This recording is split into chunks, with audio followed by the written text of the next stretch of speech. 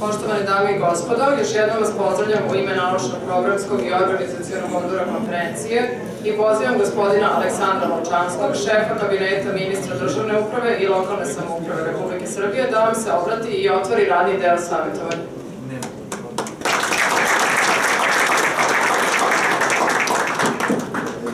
Najlepše zahvaljujem. Poštovane kolege, poštovane koleginice, uvaženi gosti iz zemlje i inostranstva, dragi prijatelji. Pripala mi je velika čast i zadovoljstvo da vam se obratim ispred Ministarstva državne uprave i lokalne samouprave i da vas pozdravim u ime ministarke Marije Obradović. Također bih želeo da se zahvalim organizatorima na uloženom naporu kako bi upriličili jedan ovako renomirani međunarodni skup, a posebno imajući u vidu važnost današnje teme za sve nas u državnoj upravi, ali i za nas kao građani Republike Srbije. Govoreći upravo o temi ove konferencije, konkretno u Srbiji, mnoge saobraćajne nezgode nastaju u urbanim sredinama u kojima lokalne samouprave imaju veliku ulogu i mogućnosti za unapređenje stanja bezbednosti saobraćaja. Osnov za to proizilazi iz već pominjanog zakona o bezbednosti saobraćaja na putevima, na osnovu kog organi lokalne samouprave imaju značajnu ulogu u aktivnostima koje se odnose na saobraćajno obrazovanje i vaspitanje na nivou lokalne zajednice. Istovremeno, data im je mogućnost da preduzimaju posebne mere zaštite ranjivih učesnika u saobraćaju i zaštite u određenim zonama.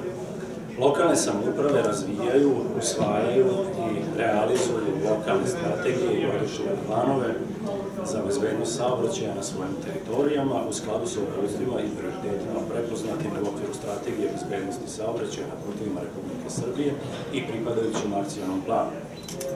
Izveštaj o stanju bezbednosti saobraćaja na području lokalne samouprave podnosi opštinsko, odnosno gradsko veće, skupštini najmanje 2 puta godišnje. Nadalje, bitno je istaći da pored lokalnog budžeta 30% svake naplaćene novčane kazne od saobraćajnih prekršaja pripada jedinici lokalne samouprave na čijoj teritoriji je taj prekršaj i način.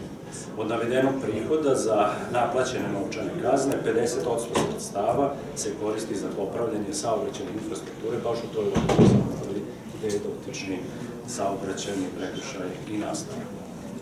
Princip, dakle, koji je primenjen da nesavesni finansiraju bezbednost predstavlja jedan od najinovativnijih primjera finansiranja bezbednosti saobraćaja kako u regionu, tako i u svetu. Najveći broj opštinskih, odnosno gradskih veća formiralo je već pominjano lokalno telo za bezbednost saobraćaja, takozvani savet, koji kao stručno radno telo ima ulogu da koordinira aktivnostima u oblasti bezbednosti saobraćaja na lokalnom nivou. Ovdje bih pomenuo i posebna ovlašćenja komunalne milicije koja deluju kao posebna služba organa uprave jedinica lokalne samouprave. Iz svega navedenog možemo da zaključimo da gradovi i opštine imaju važnu ulogu u izbeđivanju i unapređivanju bezbednosti saobraćaja, ali da naravno u toj aktivnosti moraju sarađivati sa ključnim partnerima, u prvom redu Ministarstvom unutrašnjih poslova i Agencijom za bezbednost saobraćaja.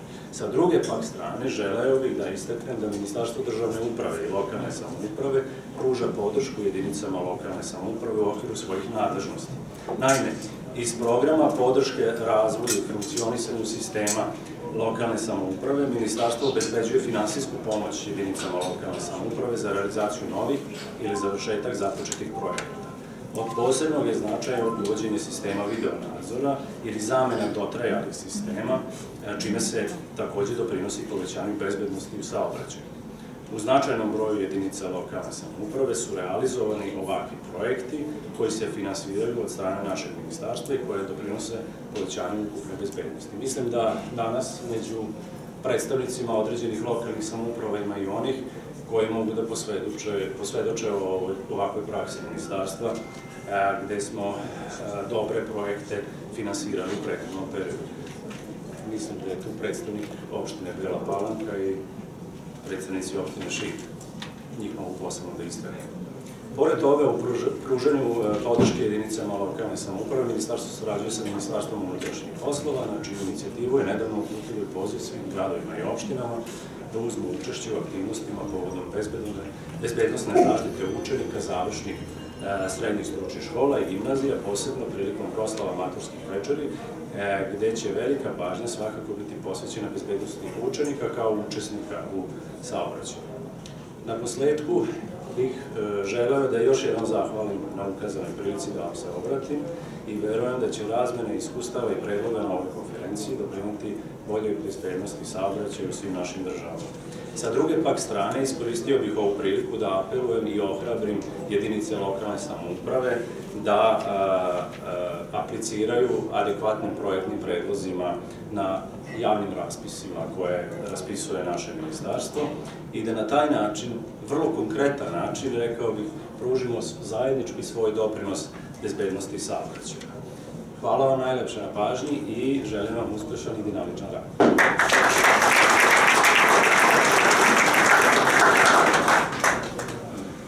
Hvala vam puno na ovim uvodnim rečima i time smo praktično započeli naš radni deo.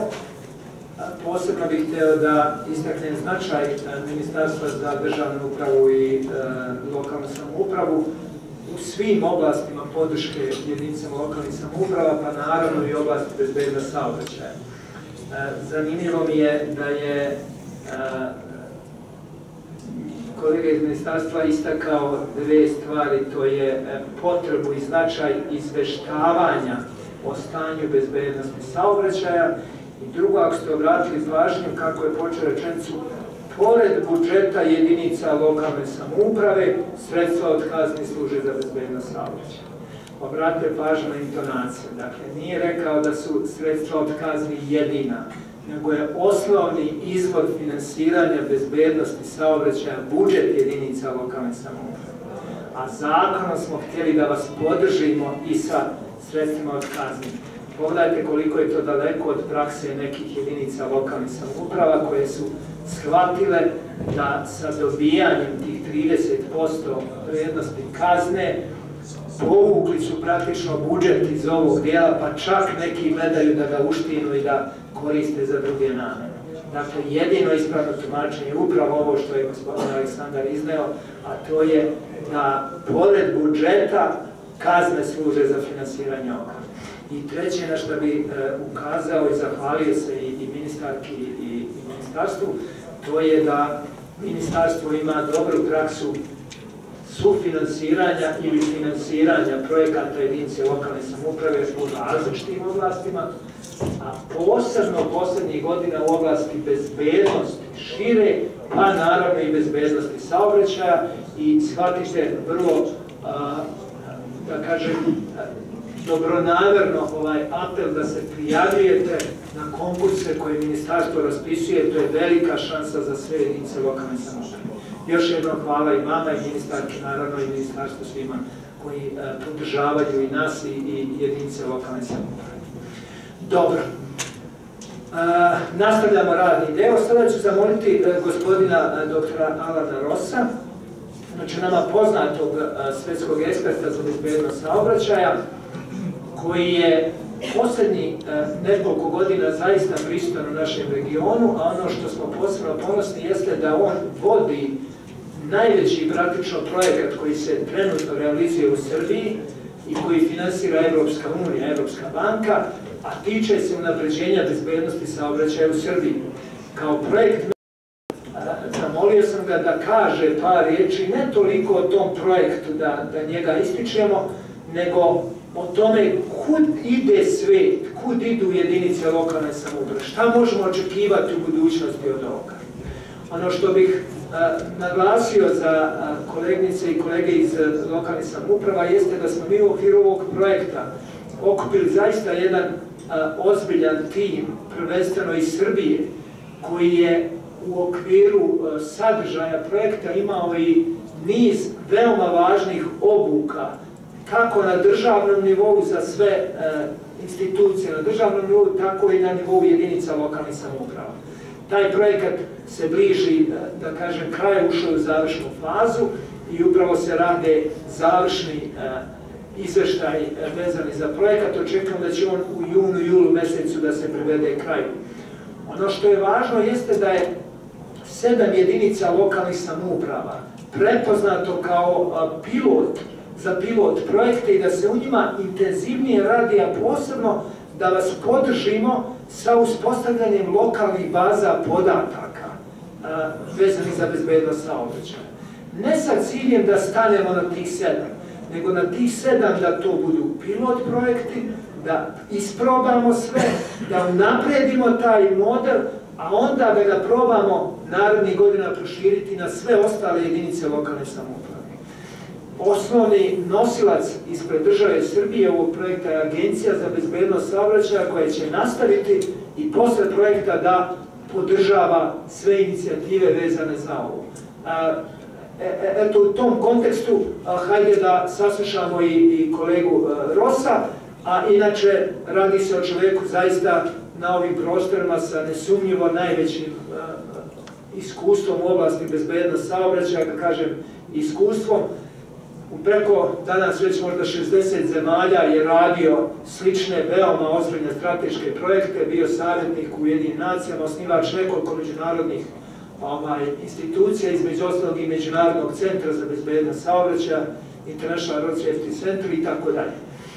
Učestvovao inače u pripremi i programa prve decenije akcije za bezbednost saobraćaja, tako da čini se da vredi ga poslušati i eto, uz veliku zahvalnost i njemu što je danas sa nama, predlažem da naredne minute posvetimo tome, a zamolio sam da ostavimo i vremena eventualno za pitanje, da možda prodiskutujemo neke od tema koji će da pričamo. Mr. Lars? It's your...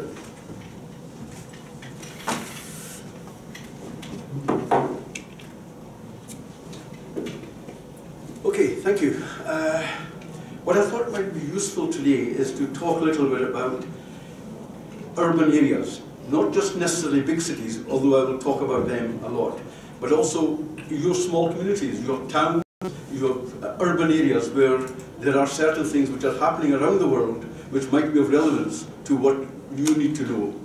So I'm going to talk about the future, what I call the future of urban areas. How did we get here? How did urban areas develop as they have done? And where are we going in the next 30 years? If you think about it, during my professional life, I spent the last 30, 40 years dealing with the development of the motor vehicle, the activities around that, how it has changed the urban areas. And some of you, the younger ones, will still have 30 years ahead of us of where you're going. How are these cities going to change? What can you do to make them more, better places to live?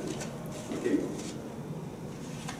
So I'm going to talk about post-growth, the post-war growth in vehicles and what the motorization has done to the urban areas. I'm going to talk about the trends that were emerging before COVID, what happened during COVID, and what are the outcomes, what are the opportunities perhaps that have now become available which were not there before. I'm going to talk about what are the driving factors which are going to affect urban communities in the future, and what you can do to direct it more towards areas which will be beneficial to the people and the communities who live there. I'm going to talk about what other cities and urban areas are doing around the world, and why is this relevant to you. You might think, what's it got to do with you that New York is doing this or London is doing this? I'll explain why, because what's happening there is going to happen here. It's already happening here, and you need to understand that so you're ahead of the game. And I'm going to look at the opportunities which I think exist for all of your local authorities around the world, in Serbia. First thing to notice is, motorization. During the war, of course, there was very little motorization, but from about 1950 onwards, there's a rapid rise in numbers of vehicles. In 1950, in fact, there was only 60 million vehicles. By 93, 45 years later, there was 700 million. Now there's 1.45 billion vehicles in the world. It's gone massively, it's up there somewhere now.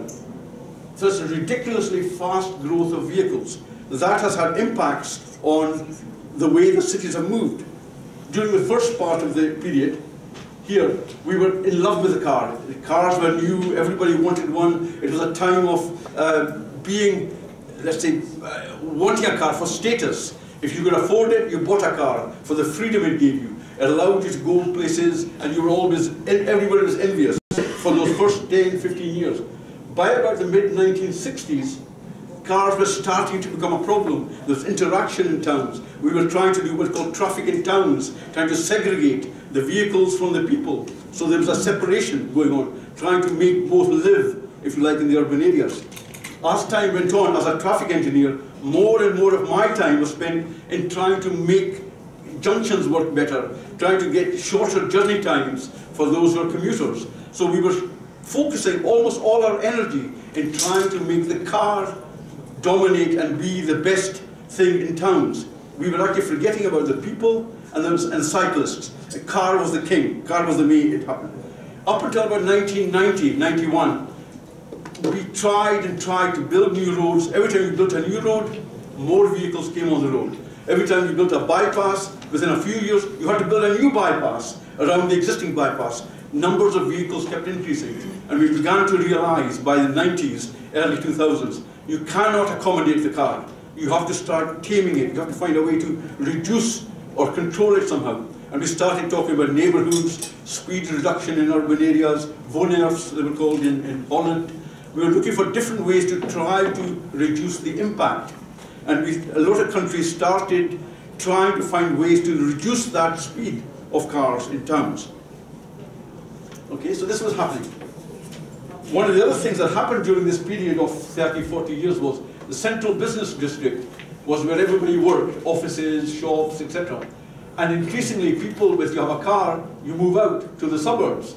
Those who have really got a lot of money moved right out to the outer suburbs, and gradually more and more people left the inner city and went out to the suburbs, leaving the inner city desolate, derelict buildings, not enough money. They were often, in America especially, became ganglands. People, it was unsafe places to go. You couldn't actually go out walking about. They were dangerous places. And basically, commuters were starting to travel sometimes 20, 30 miles to get to the center for the jobs, traveling back every evening. More and more of the space was spent in building roads or out here, like malls and retail centers at the edges of the town, where people had plenty of space for parking and people were going there for their main services. So basically the city centers were only for offices and building. These inner cities were derelict, often full of people who were homeless and generally unsafe places to be. And you had long commutes, sometimes 1 hour, 2 hours to the center and then back every day. The net result of all that was that what we ended up with is, as I said, long commuting times. Often people spending 2 hours going to work, 2 hours coming home at night. We had congestion and accidents. 1.3 million people a year die on the roads. 50 million people a year are crippled or injured on the roads. We had pollution going on. Here, 7 million people a year die from pollution in urban areas. And there's many people get asthma and other things. So like the disbenefits of motorization were beginning to be understood and recognized.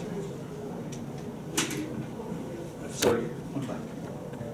You can just read that yourself, but basically it's just things I've just said just now, that the people were moving out to the suburbs, the inner city was lacking investment and became unsafe places to be. The focus was on reducing the journey times, giving priority to the car instead of pedestrians and cyclists.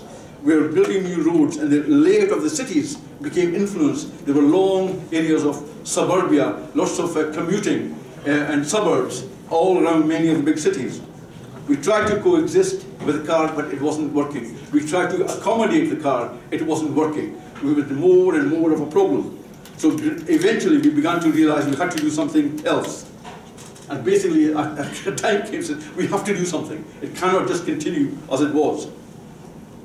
We started thinking about what could we do? Well, number one was we needed to change the order. Previously priority was for the cars, then for the commercial vehicles, then it was buses, and then it was people. We needed to turn the whole thing upside down. We needed to make cities for people. And we started saying, look, highest priority has to be people and cyclists. Next priority is public transport. Next priority is commercial vehicles. Last priority is cars. The whole thing was turned upside down. Many cities around the world started doing this. Started building areas, small areas in the central area, trying to reduce the influence of the car. And what it did was it made nice neighborhoods. People liked it. People liked to walk around. People liked to be able to go and do some shopping locally and walk in the street with their children without the traffic things. And they also found that it really was something attractive. 70% already 55% of the population of the world, 4.4 billion people, are living in urban areas. By 2050, 70% of the world is going to be living in an urban area. We have to think about our cities. What are they going to be? How can we make them more attractive places? And you have to also think about the benefits, because there are big economic benefits from doing this. So many cities started doing things. For example, sorry, where's the... Oh, sorry, got to go back. Oh, something's happened. It's gone off.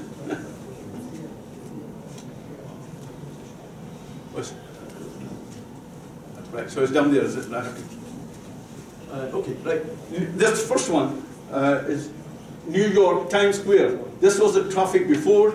They closed off all the traffic and made it pedestrianized. So you're now in this massive area in the center of New York where people can sit and walk and watch parades. It's a beautiful place to be. Whereas it used to be dirty, smelly, horrible. You got other places, even in places like,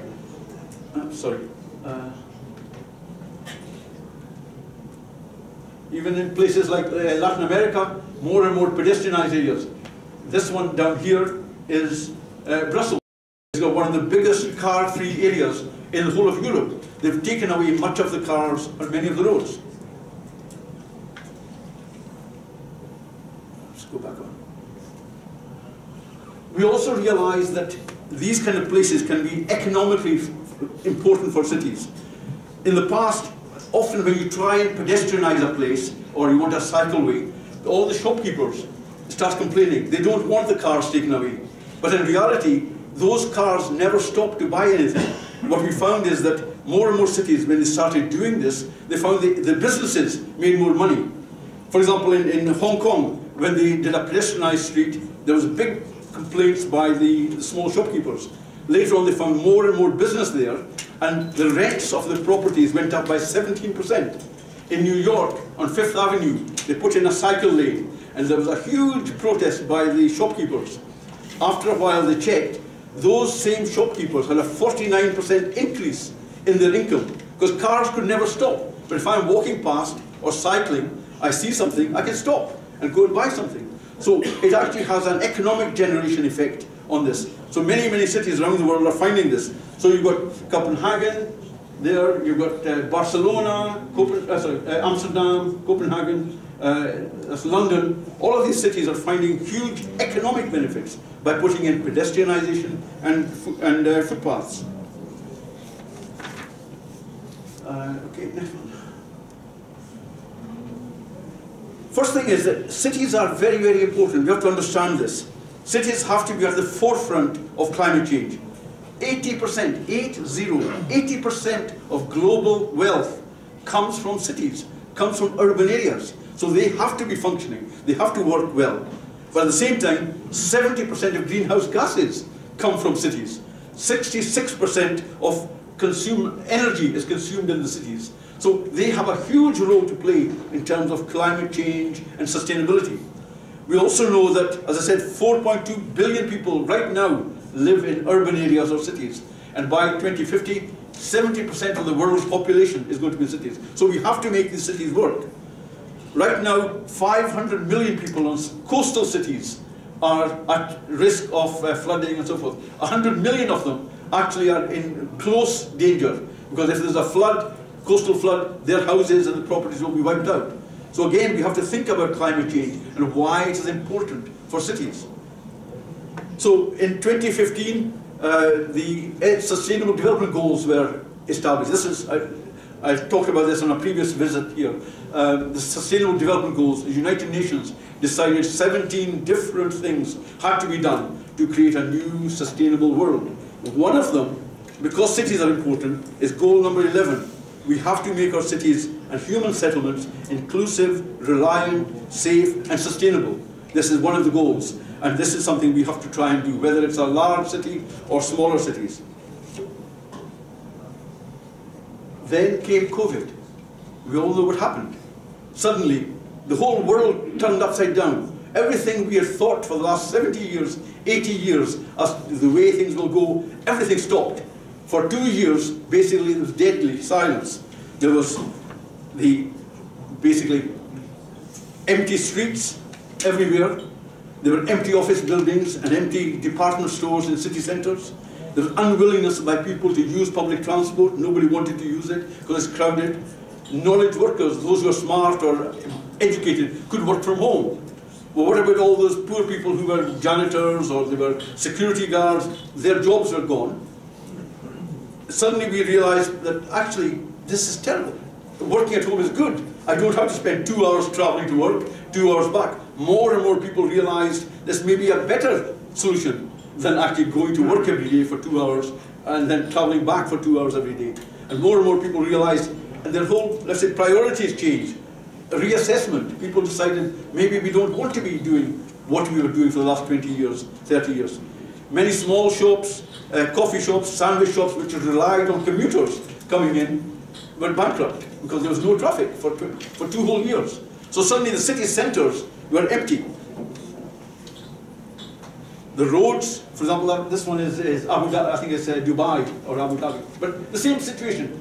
Massive, massive roads all over the world were empty. There was no traffic on them. And it was crazy. This was a huge asset in terms of money invested by countries and governments, but these were not being used at all. And people were just not out there. Increasingly, more and more started saying, well, okay, look, what about closing off some of these streets? Let them be for people. Why can't we use those streets? Let people walk around or cycling. It got even better. Some started saying, let's close it all together. I think this is Madrid, I think. People can just use the road. This one is Paris, along the Seine. They closed off the traffic, people can now walk, they enjoyed it, and suddenly everyone realized, actually this is much nicer, much, much better than smelly petrol, fumes, noise, pollution, asthma-driven. Everybody started liking this idea, and what were often temporary solutions were increasingly being made as permanent. A very good example of this is, is in Bogota. Bogota, Colombia. Maybe some of you may not know, but it was always famous for its drug cartels. Bogota, every time I saw somebody mention Bogota, I thought of Cali cartel. This was the drugs capital of the world. Now it is the best example of what you can do with a city road. Every Sunday and every holiday, 2 million people are using the roads. They close off 70 miles of city centre. They close the roads altogether. People come out there as car-free roads. They are doing dancing, they're learning how to do fitness. There are government programs free. You can stand there. These people here are doing some kind of fitness. There are some instructors at the top. Other people are using the roads for skating, for cycling, for really enjoying the facilities. And again, for cycling down here. So really, on Sundays and holidays, these roads, 70 kilometers of roads, 70 miles of roads are closed off. No cars at all, and allowing the people to use them. And initially they were temporary, and more people said, this is lovely, this is nice. I can take my child for a walk. He can play with his bicycle without having to worry. And suddenly everybody was saying, these are good things. We should be making our cities like this. They also found during this period that increasingly, obviously, we were worried about pollution, we were worried about crashes, we were worried about obesity, people in cars were getting fatter and fatter, not being fit, especially in America, USA. Social isolation, one person driving in a car to work, and driving back by himself, using up space, massive amounts of space being used. In Barcelona, it was estimated 60% of public space was being used for roads or parking. Right now, 30,000 square kilometers of European areas are being used for parking, just for parking cars, who are sitting there 95% of the day. Most cars are used for about 5% of the day. The rest of the time they're parking either in your house, or on the street, or in an off-street car park somewhere in the city. So this is a massive use of, just for parking, a big lump of metal, rather than saying, well, this is an area, can be reutilized. So in the case of Bogota, as a population walks, skates, cycles, they get fit and healthy, and initially these were temporary schemes, but they become more and more permanent now, every Sunday, every holiday. Right, next one. And more during the COVID, the other thing was that we found For example, pollution reduced. In China, nitrogen oxide reduced by about 30%. In Paris, it was the best air quality in the last 40 years.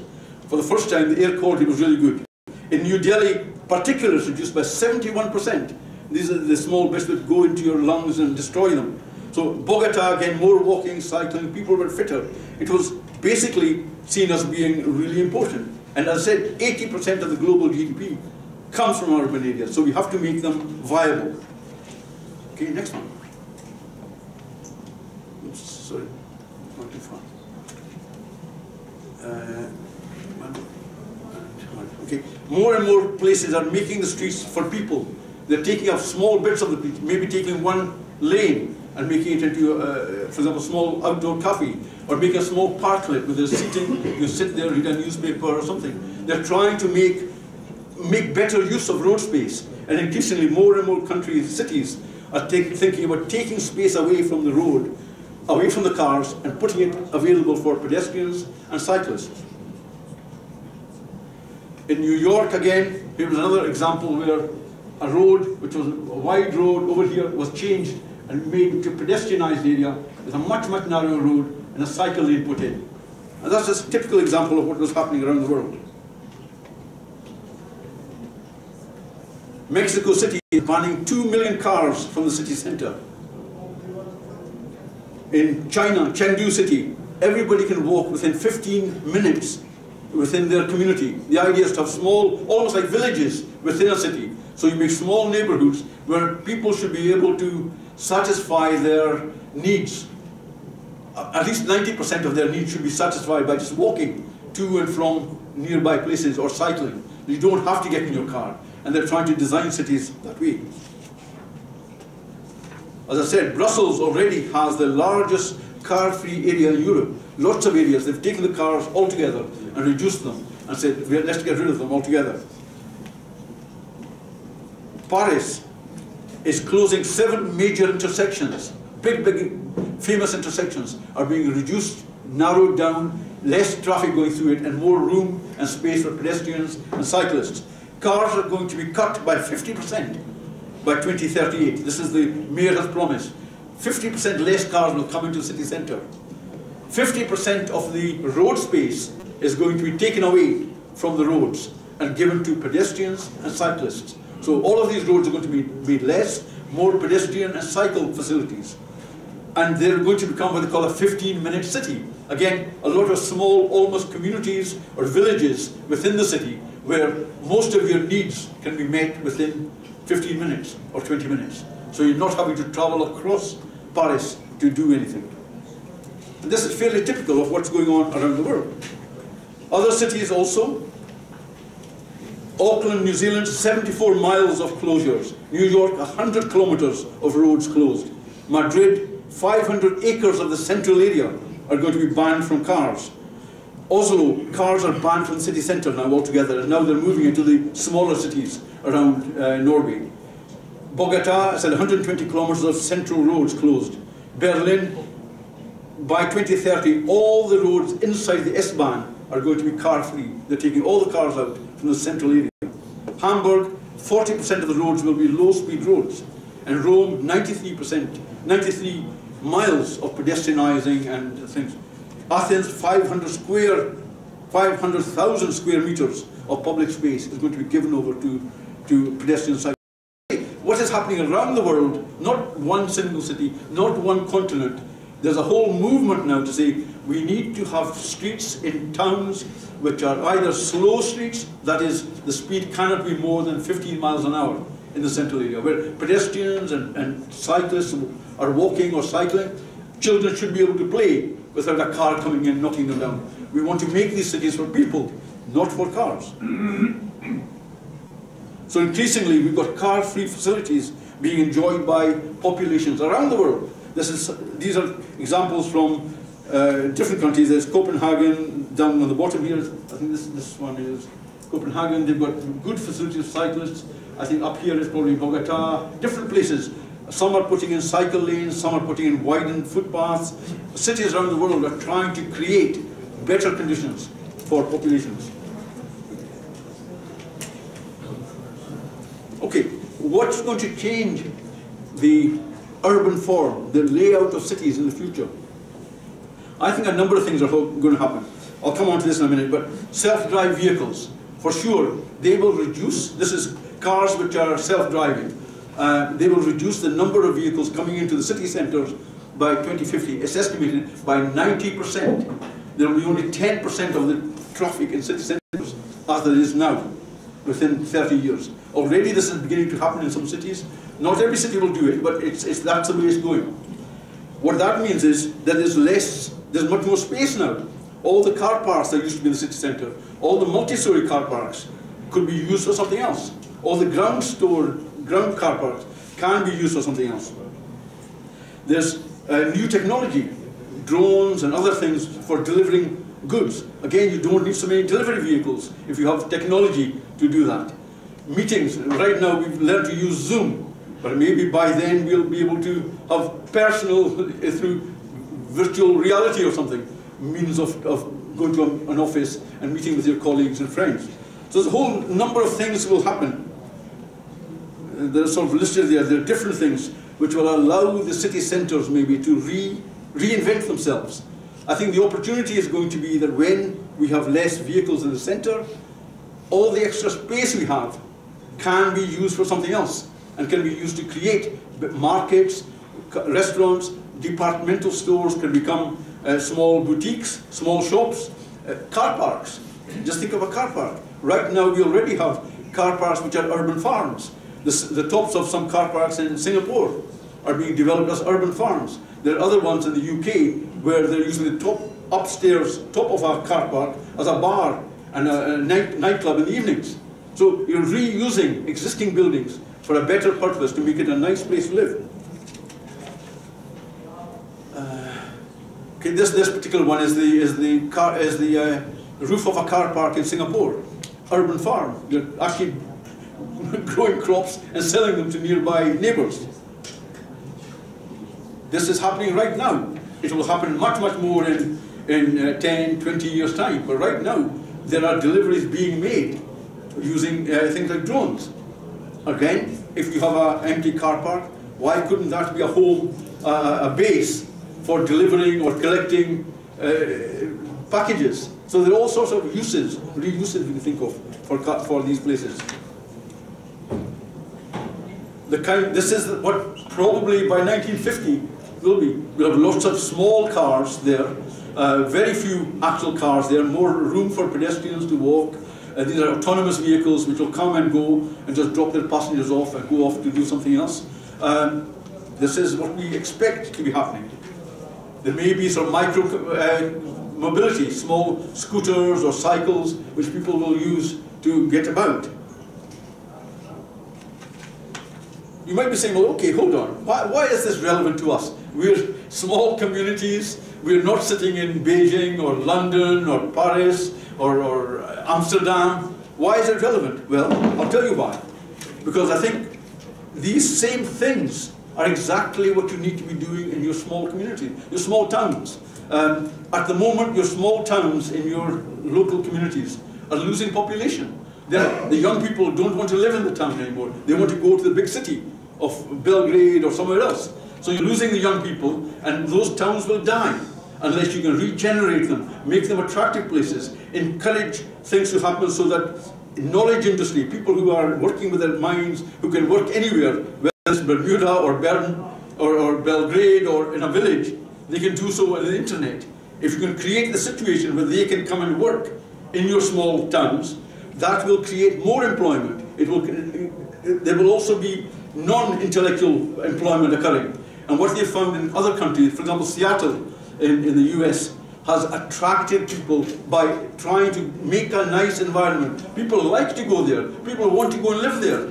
It's attracting entrepreneurs, IT people, etc. And they are themselves setting up companies. They're employing people. And these cities who do that are actually expanding their population. Also getting better tax base. More people are paying rates or rents and so forth. So they're becoming more vibrant communities.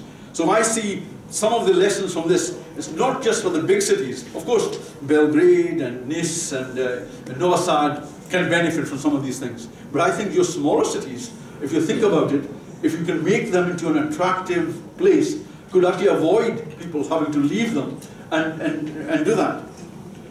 As I said before, that we are doing this project at the moment. We've been doing these training and tools at the moment in your local communities. We've got crash databases in 60 of your communities already. And we're doing a pilot local communities project, looking at the road networks, what we might do to help you to do these kind of things in 7 places. If they work, I said we have about 100 million is going to be available for 27 small communities to try and do, which is, is something to get started. If more of your small communities are interested, again, that program can be extended. I believe that there's an opportunity. We're starting from scratch. We have an opportunity. After COVID, it changed everything. Up till then, myself and colleagues, we've spent our lives trying to cope with the car. Suddenly, it's back down to zero. It's ground zero.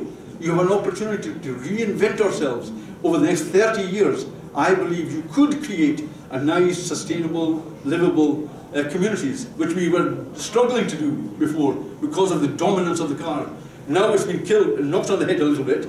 At least we have a chance, a breathing space to try and do something. Okay, last slide, I think. If I can do. Oh no, one before that. Okay, that one I'm sure. As I said, we're doing seven towns as example of what we can try and do. We will develop some design guidelines based on what we do there, and then hopefully we'll try to implement some of these kind of things.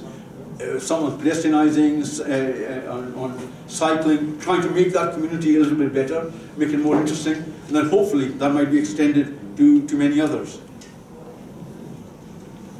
Oops, sorry. This one. Okay, a big problem. You are here.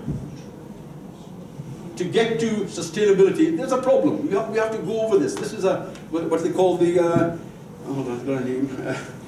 Resilience curve, I think it's called. Yeah, it's called the system resilience curve.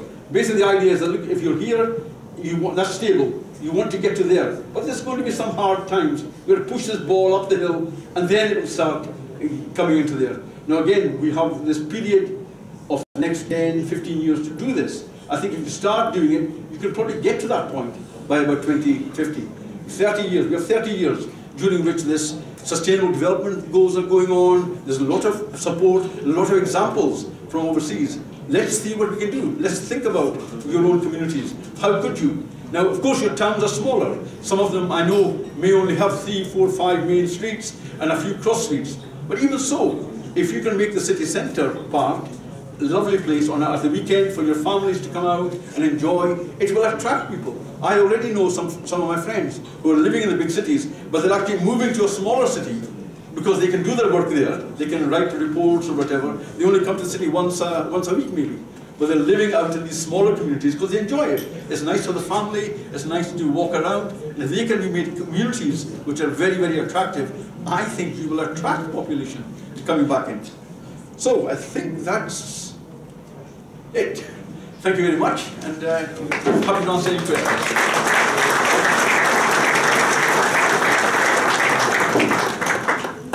Thank you, Alan, for inspiration and very, very good presentation. Dobro, evo što kaže posle ovog izlaganja, bolje možete razumjeti zašto sam insistirao da gospodin Alan Ross dođe da nam priča uživo. Naime, ovo što smo čuli i vidjeli primjere najvećih gradova koji nama mogu poslužiti kao dobri primjeri prakse i njihove na prvi pogled radikalne mere tipa also Berlin zabranili saobraćaj u centru i to samo proširuju, nema uopšte motornih vozila. Nama to još uvijek možda izgleda daleko, ali mislim da su te najrazvijenije zemlje iskoristile priliku koju je COVID dao, a to je da promene svijest. Sve se kasnije lakše menja. Da su ljudi počeli više da prihvataju taj koncept projektovanja od periferije ka centru u urbanim sredinama. Hoće reći projektovanje koje prvenstveno uvažava ranjive učesnike, pešake, bicikliste, njih rešite, njima pripada centar.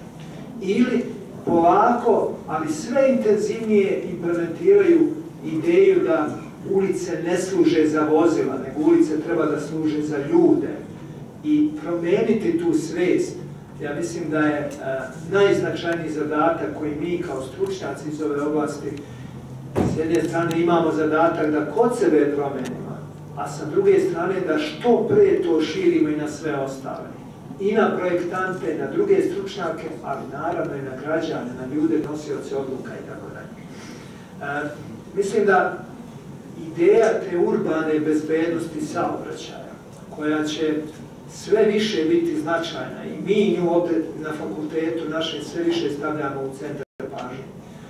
Ona kaže sljedeće: ako integralno sagledavate sve štetne posljedice saobraćaja, onda na putevima van naselja hoće i dalje dominiraju saobraćajne nezgode i njihove posljedice.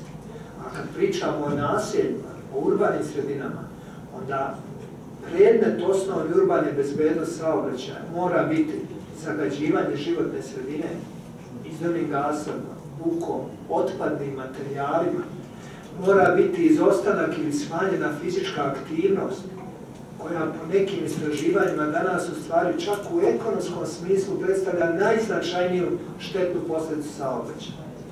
I konačno iscrpljivanje prirodnih resursa, kao što je jedan važan resurs, a to je površina tog centra grada, oteše nam sve vozila. Znači, ako se nećemo tome suprotstaviti, a moramo prvo u glavi napraviti tu promjenu i početi se suprotstavljati tom otimanju i gutanju sve površine koje ima centar grada. Danas su neki najrazvijenije zemlje udarile glavom u zid, gdje im saobraćajna površina uzima po 40 pa i više od 40% ukupne površine centra grada. To obesmišljava i saobraćaj i sve druge funkcije u gradu.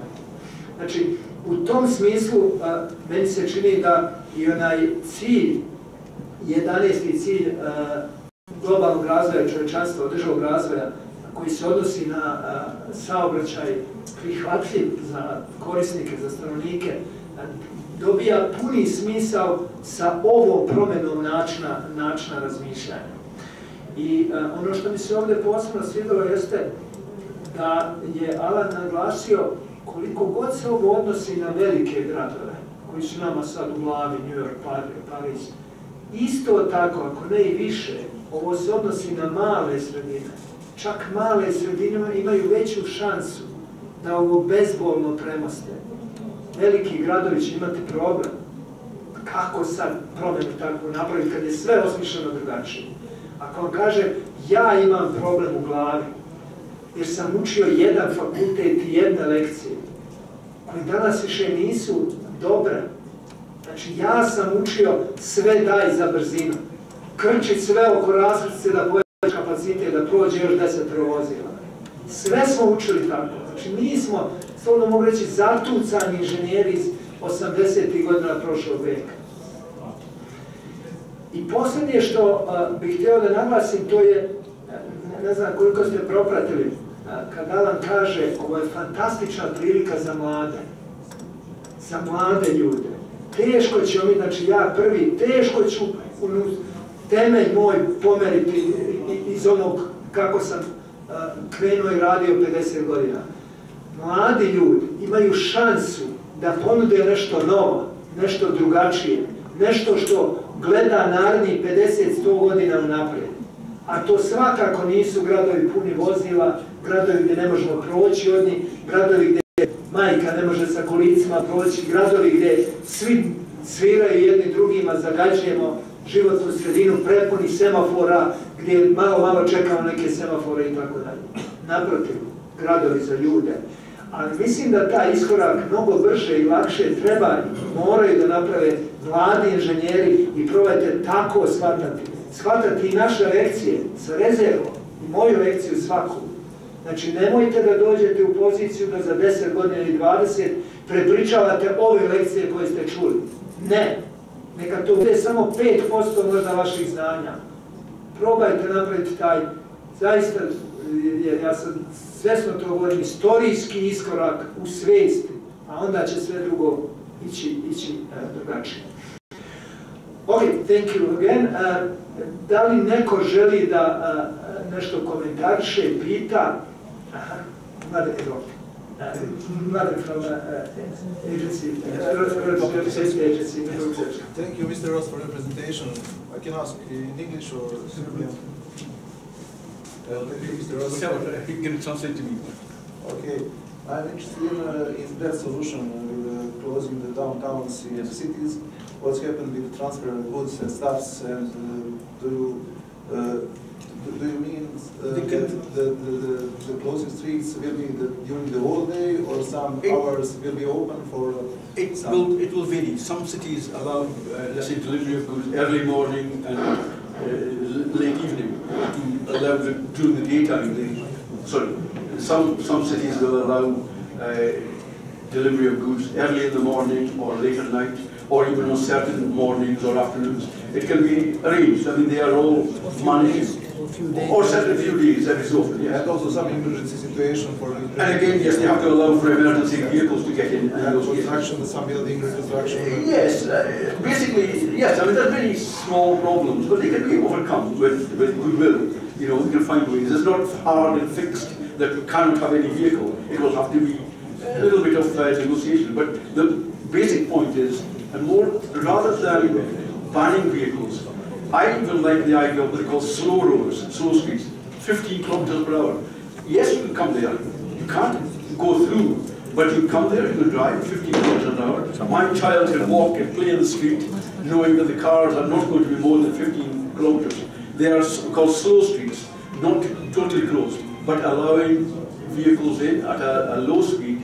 And other places, as I said, have different times of day when certain, or you can service them from the back. It depends on the circumstances. So it's not hard and fast that you close off the city centre. It means you close it off, or as what's happened in Colombia, is that you close it, for example, on Sunday. You know, they close 70 kilometers of the city. They close. People can come out, they can enjoy. It's lovely. And then, okay, during the week, it's normal.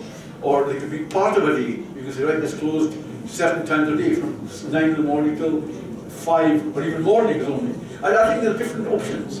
There's no fixed way. Okay, because we have tendency in our cities to close the downtowns. And my solution was that we can try to close some streets for 1 month or 1 week, and we will see. Well, the important thing here, I think, to remember is, it's good to do it as a temporary measure. What they did in New York, especially, was there was a big row. Why do you want to close Times Square? You know, these are major intersections. You can't do that. You can't.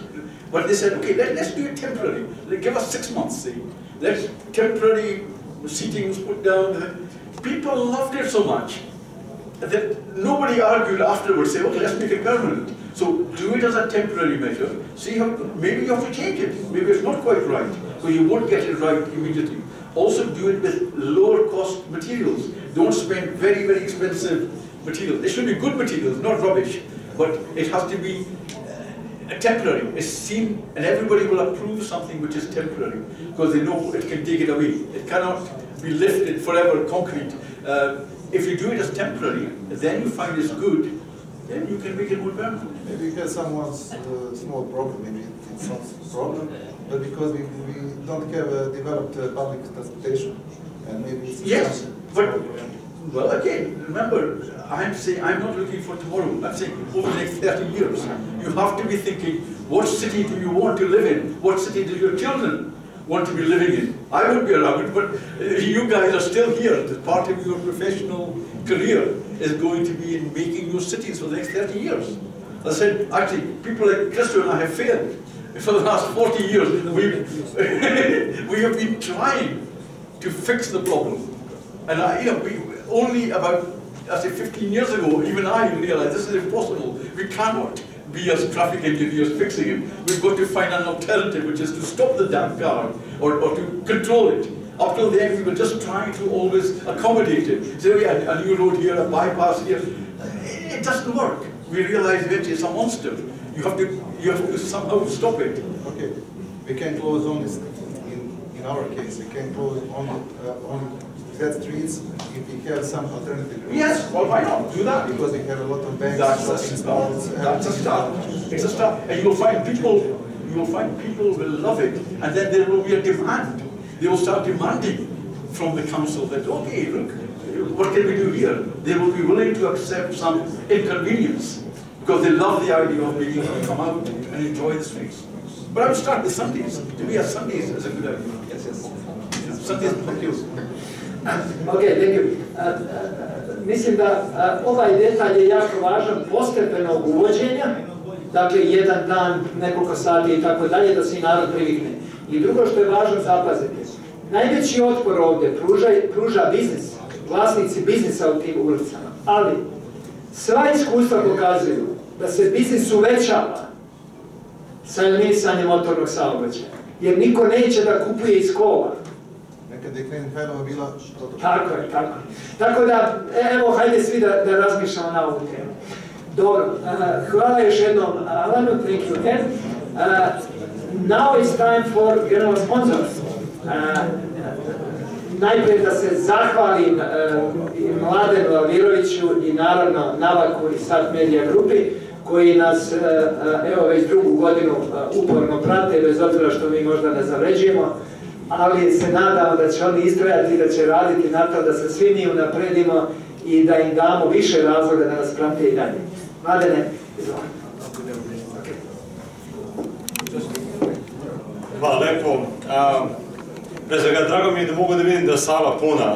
Kada sam došao na svečano otvaranje, malo smo zakasnili i najveći utisak je bilo to da je sala puna. Dakle, nije bilo mnogo, prethodnih 17 godina, nije bilo mnogo prilika da vidimo kompletno ispunjenu salu. Takođe, izuzetno sam iznenađen velikim prisustvom Ministarstva unutrašnjih poslova, dakle, za vas aplauz sa moje strane, dakle, zaista divna stvar.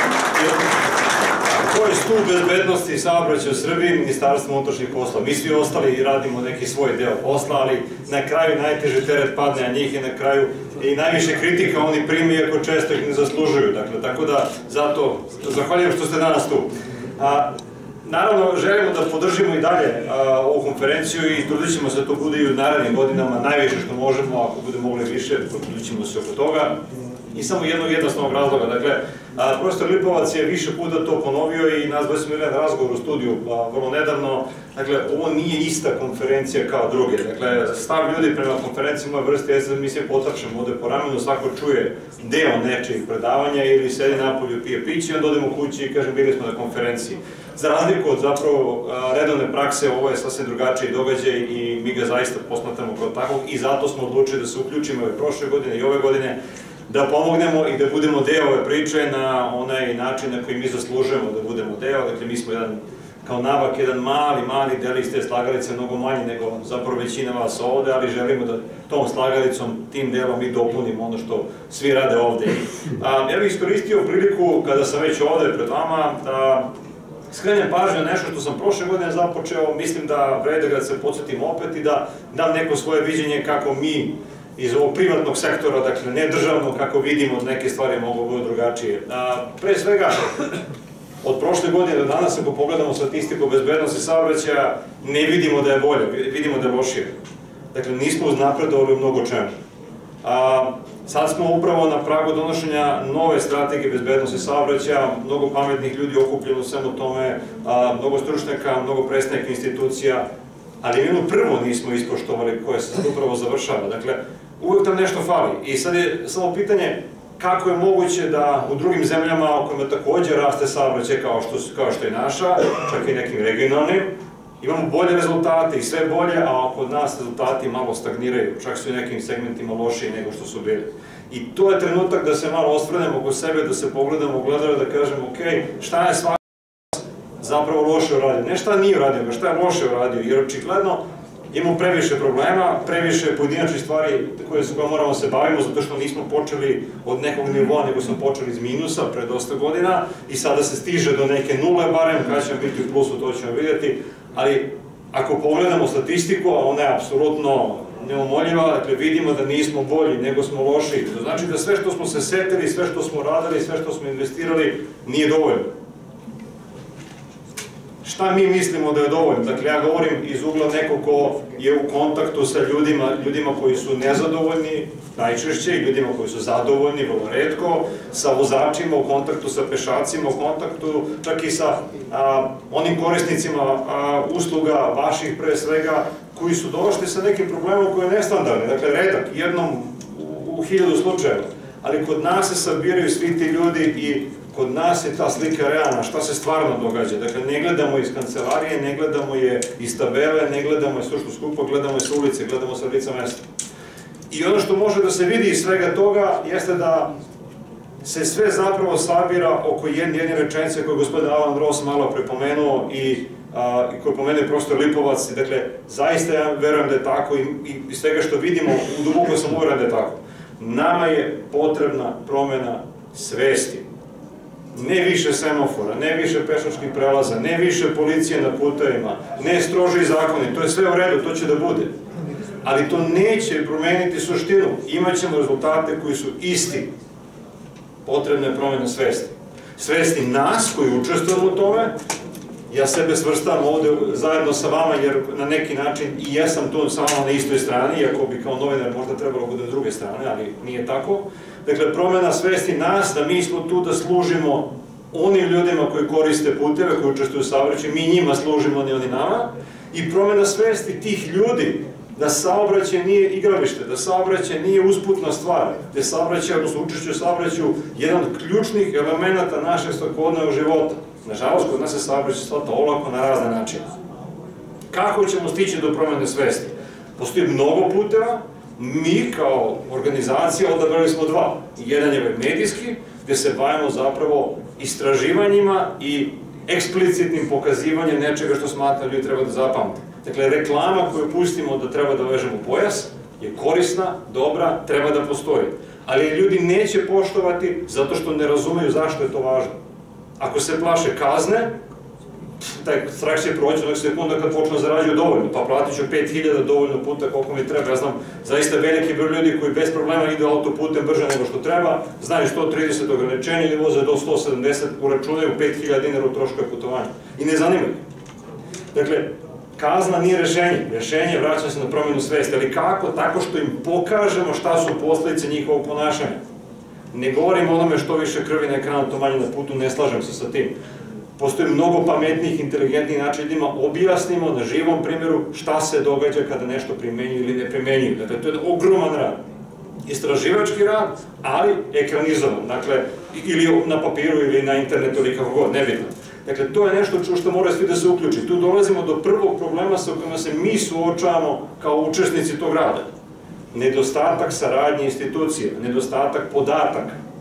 Navešću vam samo primjer, tu imao kolega Željko Regoda, koga često vidite u našim prilozima koji se bave bezbednošću saobraćaja. Mi se obratimo Ministarstvu unutrašnjih poslova gdje imamo fenomenalnu saradnju sa saobraćajnom policijom, najbolju ikada. Ali oni ne mogu da urade ništa dok naš zahtev ne prođe kroz biro za informacije. Mi napišemo 7 dopisa birovu da ih pitamo šta u slučaju kada se neko pogrešno parkira, ko građani da zovu. Posle 7 dopisa odgovore neka zovu parking servis. Bukvalno to je cela rečenica. Mi kažemo, molimo, znamo se parking servisa, rekli da ste vi oni koji daju nalog, svi znamo što je zakon. Nama se nikad ne odgovori na to. I šta mi možemo? Mi možemo da kažemo, ok, nećemo se baviti temom, što nećemo, možemo da štitimo MUP od njih samih, što nećemo, ili možemo građanima da objasnimo da njih niko ne štiti. Ovi ljudi koji su na ulici svaki dan ne mogu ništa da urade, jer ne mogu da mi daju informaciju ako to biro ne odobri. Imamo niz takvih situacija, to nije samo MUP u pitanju. Dakle, kako da edukujemo građane kad oni koji služe građanima ne daju informacije? Znači, to je jedan put. Znači, menjamo sve kroz informacije. I odabrali smo drugi put, o kome ste sigurno slušali, naš veliki prijatelj Blago Milenić, Blažo, tu se negde ne vidim 10, tačno se evo ga ovdje, je puno puta na stručnom skupu, upravo ovom, izlagao radove na temu edukacije. Ja bih sada pokazao jedan kratak samo film, sigurno ste da biste negdje to vidjeli, ali čisto da pogledate kako izgleda nešto što mi smatramo da je rešenje. Jedno od mogućih rešenja. Možemo samo da pustimo. Samo da se vidi. Čuje se, ali se ne vidi. Ja dok čekamo film. Dakle, ideja o kojoj govorim nije represivna, nije nešto što mora, nešto što je obavezno. Gledamo nešto što je dobrovoljno. Dakle, evo ga. Evo, možemo da pustimo ovako.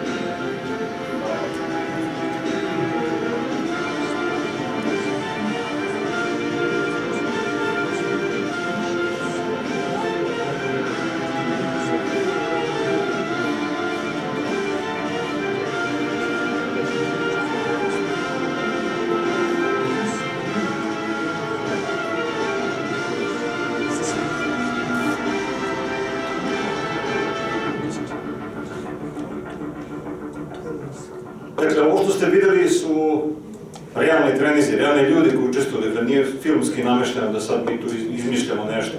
Ali šta je zapravo ovo? Ovo je rad sa ljudima na vrlo praktičan način koji se zasniva na jednom jedinom najosnovnijem principu. To je da je naše, svih nas ovde, samopouzdanje ovoliko, a naše znanje je negde ovoliko. Ideja jeste da ljudima pokažemo način da njihovo samopouzdanje svedemo na realnu meru. Onda, kada je njihovo samopouzdanje na nivou njihovog znanja, onda imamo svesnog vozača. Ne ono koji poštuje propise, ne govorimo o tome. Govorimo svesnog vozača koji zna da prepozna opasnost pre nego što se dogodi, zna da ne uđe u onaj problem iz koga ne može da izađe. Jer to je najčešći, ponovno kako mi smatramo, najčešći problem kada govorimo o saobraćajnim nezgodama. Ljudi ulaze u opasnost koje nisu svesni, a onda kada se dogodi više ne mogu ništa odvratiti. Dakle, mi ne vaspitavamo reali vozače, ne učimo ih da voze brže, učimo ih da opasnost ima svoje posledice i moramo da znamo koje su. Suštinski rad sa ljudima radimo već 11 godina. 8 godina postoji akcija Život za mlade vozače koja je potpuno besplatna. Za tih 8 godina prošlo je više od 8.000 mladih vozača, oni koji je probnu vozačku dozvolu. I rezultati Uprave Ministarstva unutrašnjih poslova, kojima sam izuzetno zahvalan na tome, pokazuju da ti mladi ljudi u 12 meseci posle treninga ove vrste 32% manje učestvuju u saobraćajnim nezgodama i ne učestvuju u nezgodama u kojima je neko poginuo. Ne postoji drugi alat koji je toliko efikasan. Ne govorim o našim treninzima programu koji je lično moj, dakle ja sam pisao taj program, govorimo o tome šta znači edukacija, kako da promenimo svest čoveku, tako što mu pokažemo da je njegova ideja koju su mu roditelji rekli nemoj da radiš to, zapravo ima svoju realnu osnovu. Mlad čovjek neće poštovati reč starijeg zato što je on stariji, zato što su mladi buntom i ja sam vrlo nedavno bio na djekon, izgledam tako.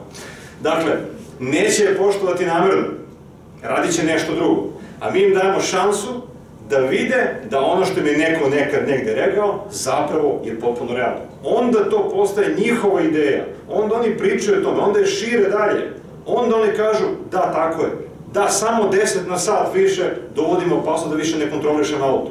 Mi ih nećemo naučiti kako da ga iskontrolišu, možda nisu svi jednako talentovani, ali ćemo pokazati plus 10 šta tačno znači. Sa 50 na 60, sa 60 na 70 i dalje, uzbrdo.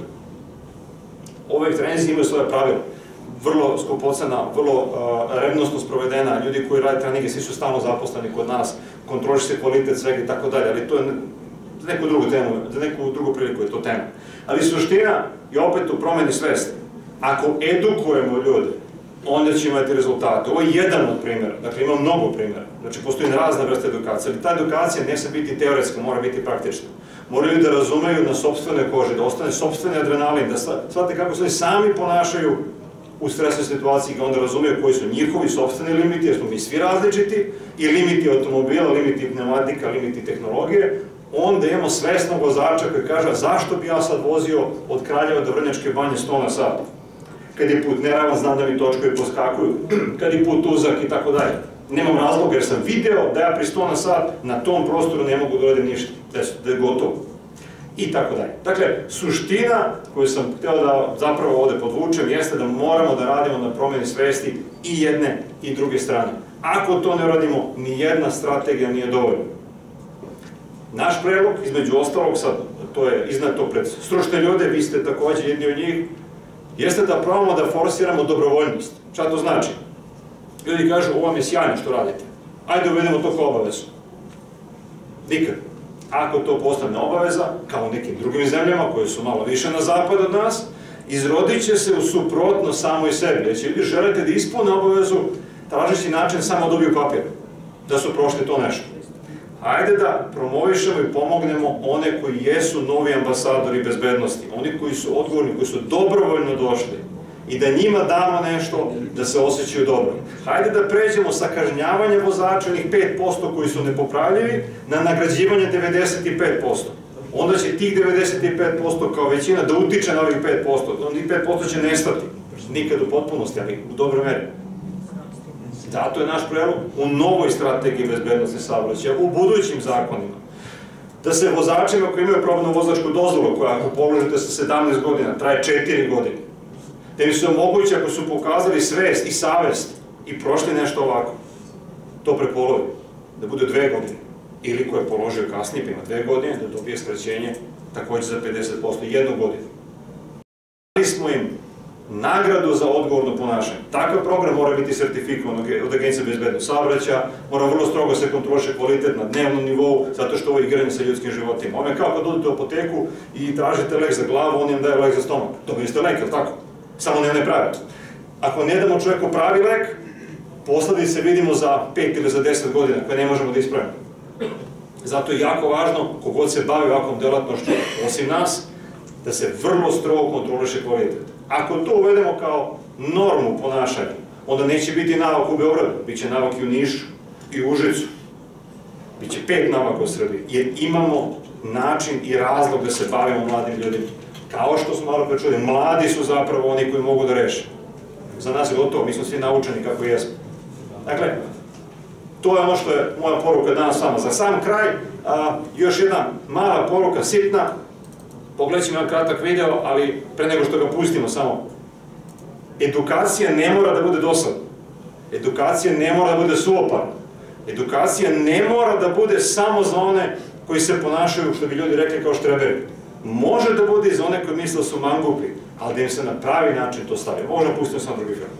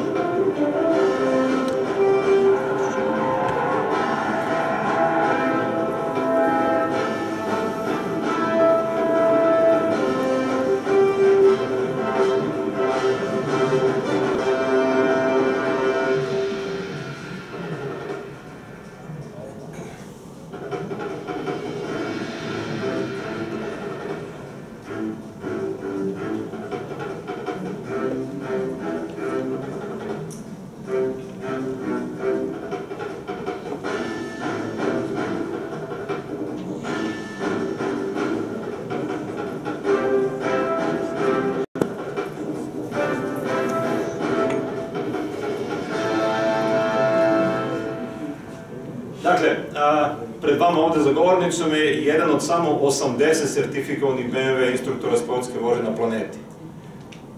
Ali, ljudi koji dođu kod mene da treniraju na ovim vozilima, svako ima 510 konjskih snaga i gomilu neke tehnologije, sve to ne bitno.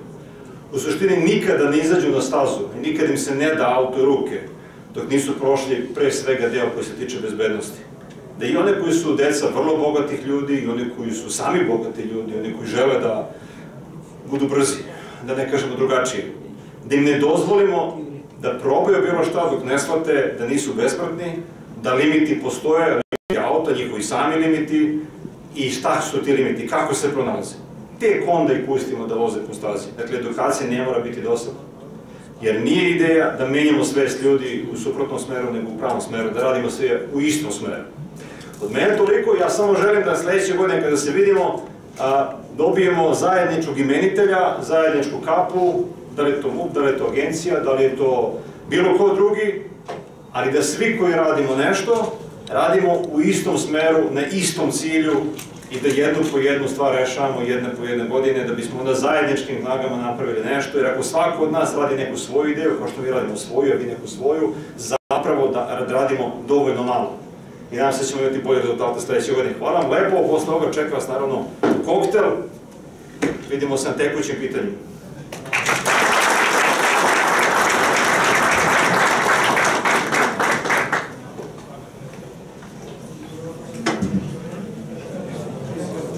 Ok, u ime tih 8000, tako, koji su prošli obuku, a nije niko od njih imao saobraćajnu nezgodu sa poginulim, u ime učesnika ove konferencije, posebno u ime članova programskog i organizacionog odbora, mogu li da Mladene uručim jednu zahvalnicu za doprinos